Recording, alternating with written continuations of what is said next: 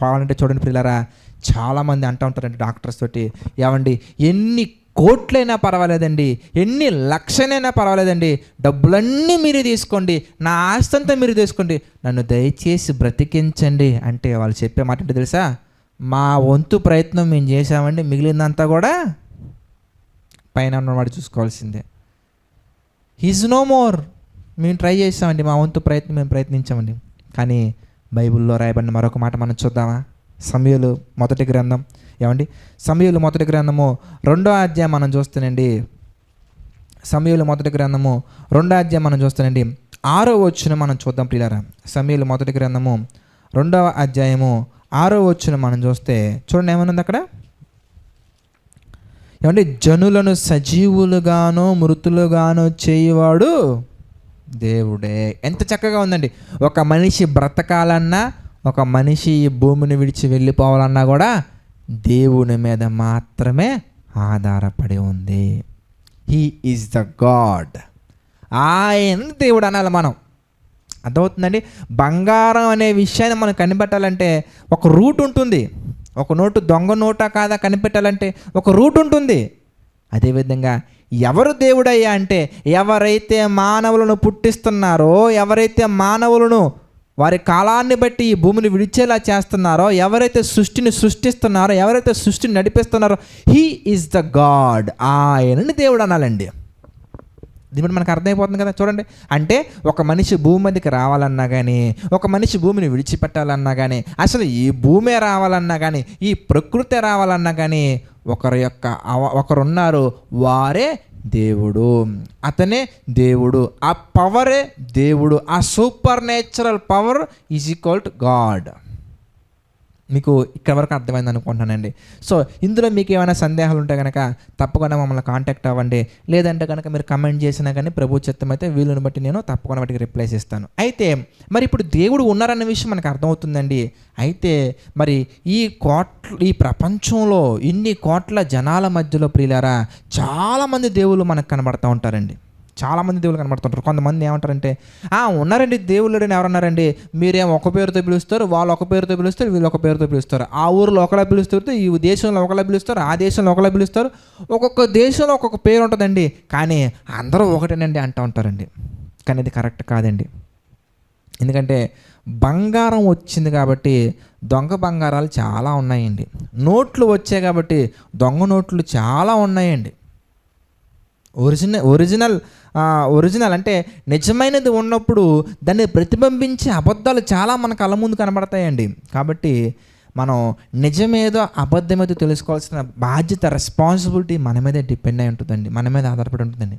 అదేవిధంగా ఈరోజు మనం నిజమైనటువంటి దేవుడు ఎవరు అనే విషయాన్ని తెలుసుకునే ప్రయత్నం మనం చేద్దాం. ఎందుకంటే వాళ్ళు ఆ పేరుతో పిలుస్తున్నారు, వీళ్ళు ఈ పేరుతో పిలుస్తున్నారు, ఇవన్నీ ప్రాక్టికల్గా వర్కౌట్ అవ్వట్లేదు. చూడండి, ఏమండి సృష్టిని చేసినటువంటి వ్యక్తి ఒకరే ఉన్నప్పుడు ఆయనకి రకరకాల పేర్లు ఏంటండి? ఆయన తన ఉనికిని తెలియపరుచుకోవాలి కదా, వ్యక్తపరుచుకోవాలి కదా. మనుషులు పెట్టుకున్నటువంటి మతాలు, కులాలు ఇవన్నీ కూడా మనుషులు పెట్టినటువంటివే, దేవుడు పెట్టినటువంటివి కాదు. మరి ఇవన్నీ ఎలా వచ్చాయి? దేవుడి యొక్క పర్మిషన్ లేకుండా వచ్చాయా? వీటన్నిటికీ సమాధానాలు మనం చూద్దాం. మొట్టమొదటిగా మనం ఏం చేద్దామంటే, దేవుడు ఉన్నారని మనకు అర్థమైందండి. ఆ దేవుడు ఎవరో మనం తెలుసుకున్న తర్వాత అప్పుడు మనకున్న 1,00,000 క్వశ్చన్లని తీసుకొచ్చి అక్కడ పెట్టేద్దాం, అన్నిటికీ ఆన్సర్లు వచ్చేస్తాయి. నిజమండి. మన మైండ్లో ఏ ప్రశ్నలు అయితే ఉన్నాయో ప్రశ్నలు చాలా ఉంటాయి. దేవుడు ఏమంటారు? సునామీలు ఎందుకు వస్తున్నాయి? భూకంపాలు ఎందుకు వస్తున్నాయి? ధనవంతులు ఎందుకు ధనవంతులుగానే ఉన్నారు? పేదవాళ్ళు ఎందుకు పేదవాళ్ళుగానే ఉన్నారు? మరి చిన్నపిల్లల రోగాలతో ఎందుకు చనిపోతున్నారు? సునామీలు, భూకంపాలు ఎందుకు చనిపోతున్నారు? ఇవన్నీ చాలా ప్రశ్నలు ఉన్నాయి. ఆ ప్రశ్నలన్నింటికి మనం ఎవరిని అడగాలి? ఇంతకీ నిజమైన దేవుణ్ణి అడగాలి. నిజమైన దేవుణ్ణి అడగకుండా ఎవరిని పడితే వాళ్ళని అడిగితే వాళ్ళు ఏం చెప్తారు? ఇంతకీ అది అంతే, అడగొద్దు అంటారు. నిన్న మీతో మాట్లాడినట్టుగా ఆన్సర్స్ తెలియకపోతే ఏమొస్తుందండి? వెంటనే ఆవేశం వచ్చుద్ది, కోపం వచ్చేస్తుంది. ఎందుకంటే వాళ్ళకి ఆన్సర్స్ తెలియదు కనుక.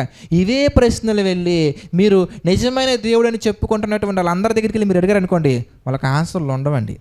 ఆన్సర్లు ఉన్నా కానీ వింత ఆన్సర్లు ఉంటాయండి, సంబంధం లేని ఆన్సర్లు ఉంటాయి. ప్రాక్టికల్గా ఎగ్జాక్ట్గా ఆన్సర్ మనకు రావాలంటే ఎవరిని అడగాలి? ఎందుకంటే ఎవరైతే సృష్టిని చేశారో ఆయన్ని అడగాలి. ప్రభువా, నువ్వు కదా సృష్టిని చేసింది, ఇప్పుడు చెప్పు, ధనవంతులు అలా ధనవంతులు అవుతుంటే ఎందుకు ఎలా అవుతున్నారు? నువ్వే కదా సృష్టిని చేసింది, మరి ఎందుకు ఎలా జరుగుతుంది? నువ్వే కదా సృష్టిని చేసింది, మరి ఎందుకు అలా జరుగుతుంది? నువ్వే కదా సృష్టిని నువ్వు అడిగితే తీరిగ్గా చాలా చక్కగా ఓపికగా అడిగిన ప్రతి ప్రశ్నకి ఆన్సర్ చెప్తారు. బట్ ఎవరిని అడగాలి? ఎంతకీ అడగాల్సిన అడగాలి. ఎంఆర్ఓ ఆఫీస్కి వెళ్ళి ఏమండి అనంతపురం నుంచి విజయవాడకి ట్రైన్ టికెట్ బుక్ చేయమంటే ఎలా ఉంటుందండి? రెవెన్యూ ఆఫీస్కి వెళ్ళి టికెట్ రిజర్వేషన్ చేయించుకోవచ్చా? అలాగే రిజర్వేషన్ ఆఫీస్ దగ్గరికి వెళ్ళి ల్యాండ్ రిజిస్ట్రేషన్ చేసుకోవాలి ప్రాసెస్ చెప్పంటే ఎలా ఉంటుందండి? బస్ స్టాండ్లోకి వెళ్ళి రైల్వే స్టేషన్ ఇన్ఫర్మేషన్ అడిగితే ఎలా ఉంటుందండి? ఏ ఇన్ఫర్మేషన్ని ఎవరిని అడగాలో వాళ్ళని అడగాలి. మీ మైండ్లో ఉన్న ఈ ప్రశ్నలకు సమాధానం ఎంతకాలం ఎందుకు దొరకలేదా అంటే అడగాల్సినటువంటి వాళ్ళని మనం అడగలా, ఎవరిని పడితే వాళ్ళు అడుగుతున్నారు. నేను చాలామంది క్రిస్టియన్స్ని అడిగాను ఏంటంటే క్రిస్టియన్స్ ఉన్నారండి, అందులో మళ్ళీ దొంగ క్రిస్టియన్స్ కూడా ఉన్నారండి. నేను చాలామంది పాస్టర్స్ని అడిగానండి, పాస్టర్స్ ఉన్నారండి, అందులో మళ్ళీ దొంగ పాస్టర్స్ కూడా ఉన్నారండి. ఎందుకంటే పట్టుకూటు కొరకు బైబిల్ని పట్టుకున్నటువంటి వాళ్ళు ఉన్నారు, ప్రాణం పోయినా కానీ దేవుని కొరకు బ్రతకాలనుకునేవారు ఉన్నారు, వాస్తవాలను తెలుసుకొని ప్రతి ఒక్కరికి నిజమైన విషయాలు చెప్పాలనే వాళ్ళు ఉన్నారు. ఏది అలా అయితే నాకు ఎందుకయ్యా, మా కుటుంబం గడుస్తుందా లేదని బ్రతికే వాళ్ళు ఉన్నారు. నువ్వు ఎవరిని అడగాలి? ఎక్కడ అడగాలి? క్లియర్గా చెప్పాలంటే బస్ స్టాండ్లో అనగా ఆర్టీసీ కాంప్లెక్స్లో పిల్లరా ట్రైన్స్ గురించి ఇన్ఫర్మేషన్ ఉండదు, ట్రైన్స్ గురించి రిజర్వేషన్స్ ఉండవు. ఎంఆర్ఓ ఆఫీస్లో రిజర్వేషన్స్ ఉండవు. అలాగే రిజర్వేషన్ చేసే ఆ సెంటర్స్లో రిజిస్ట్రేషన్స్ ఉండవు, ల్యాండ్ రిజిస్ట్రేషన్స్ ఉండవు. అంటే ప్రాపర్ ఛానల్లో మనం ప్రాపర్ పర్సన్ని మనం అడిగితే ప్రాపర్ ఇన్ఫర్మేషన్ మనకి ప్రాపర్గా పర్ఫెక్ట్గా వస్తుంది. కనుక మన మైండ్లో ఉన్న అనేక ప్రశ్నలకు ఆన్సర్స్ మనం చూద్దాం. తప్పకుండా ప్రభు కృపను బట్టి ప్రభు చిత్తం అయితే నేను తెలియజేస్తాయి. బట్ ఈరోజు మనం మాట్లాడుకోబోయే విషయం ఏంటంటే దేవుడు ఉన్నారా లేదా? ఎస్, దేవుడు ఉన్నారు. మనకు అర్థమవుతుంది. ఈ ప్రకృతిని చేసింది ఎవరు? దేవుడు. మనల్ని భూమి మీదకి పంపించింది ఎవరు? దేవుడు. ప్రతి ఒక్కరిని వృత్తులుగా చేసేది ఎవరు? దేవుడు. భూమి మీదకి పుట్టించేది దేవుడే, భూమి నుంచి తీసుకువెళ్ళేది కూడా దేవుడే. మరి ఇంతకీ ఎవరు ఆ దేవుడు? ఎలా తెలుసుకోవాలి? ఇంతకీ వెరీ సింపుల్ అండి, వెరీ సింపుల్ అండి. అది చాలా సింపుల్గా మనం తెలుసుకోవచ్చు. బట్ మనం వెళ్ళాల్సిన మెథడ్లో, వెళ్ళాల్సిన ప్రాపర్ ఛానల్లో మనం వెళ్ళకపోవటం వల్ల మనకు తెలియట్లేదండి. మీకు సింపుల్గా అర్థం అవ్వాలంటేనండి, ఇగో నేను ఒక హెల్మెట్ పెట్టుకున్నానండి ఒకరోజు. ఇలాగ బైక్ హెల్మెట్ పెట్టుకున్నప్పుడు అది జస్ట్ సింపుల్గా ఒక చిన్న బటన్ ప్రెస్ చేస్తే వచ్చేస్తుందండి. బట్ నాకు తెలియకపోవటం వల్ల నేను అలా లాగుతున్నాను, ఇలా లాగుతున్నాను. ఇంతకుముందు నేను యూజ్ చేసినటువంటి ఆ బైక్ హెల్మెట్ లాగా ఉంటుందేమో అనుకోని నేను దాన్ని ఎలా పడితే అలా లాగుతుంటే అది రావట్లేదు. దేనికయ్యా అంటే ప్రాపర్ ఛానల్లో మనం వెళ్తే చిన్న బటన్ ప్రెస్ చేస్తే చాలండి. బట్ నాకు తెలియక నేను ఏం చేశాను అంటే చాలా కష్టపడుతున్నాను, దీనికి ఎక్కడుందా. వెంటనే మా బ్రదర్ వచ్చి ఇక ఇలా తీయాలి బ్రదర్ అని చెప్పేసి చక్కగా తీసినప్పుడు ఎంత సింపులా. ఎగ్జాక్ట్లీ మన మైండ్లో ఉన్నటువంటి 1,00,000 ప్రశ్నలకు ఆన్సర్స్ వెరీ సింపుల్.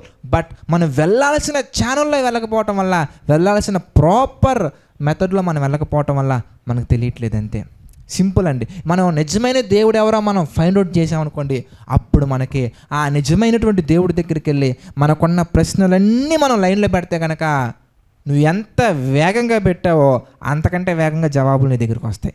మరి ఎలా ఫైండ్ అవుట్ చేయాలి బ్రదర్ నిజమైనటువంటి దేవుడిని? Very simple brother. మనం ఇందాక చూసాము, అదేంటంటే ఈ ప్రకృతిని చేసినటువంటి వారే నిజమైనటువంటి దేవుడు. ఈ భూమి మీదకి మనల్ని పంపించినటువంటి వారే నిజమైనటువంటి దేవుడు. ఈ భూమి మీద నుండి మనం వెళ్ళిపోవడానికి కారణమే నిజమైనటువంటి దేవుడు. అదే మనం చూసి జనులను సజీవులుగాను మృతులుగాను ఆయనే చేస్తున్నాడు. ఈ ప్రకృతిని అందరూ సమస్తం నిర్మించింది ఆయనే. ఆకాశం నుండి వర్షమును, ఋతువులను, ఫలములను ప్రతి ఒక్కటి మనకి అందించేది ఆయనే. దెన్ మనం ఏం చేయాలి తెలుసా?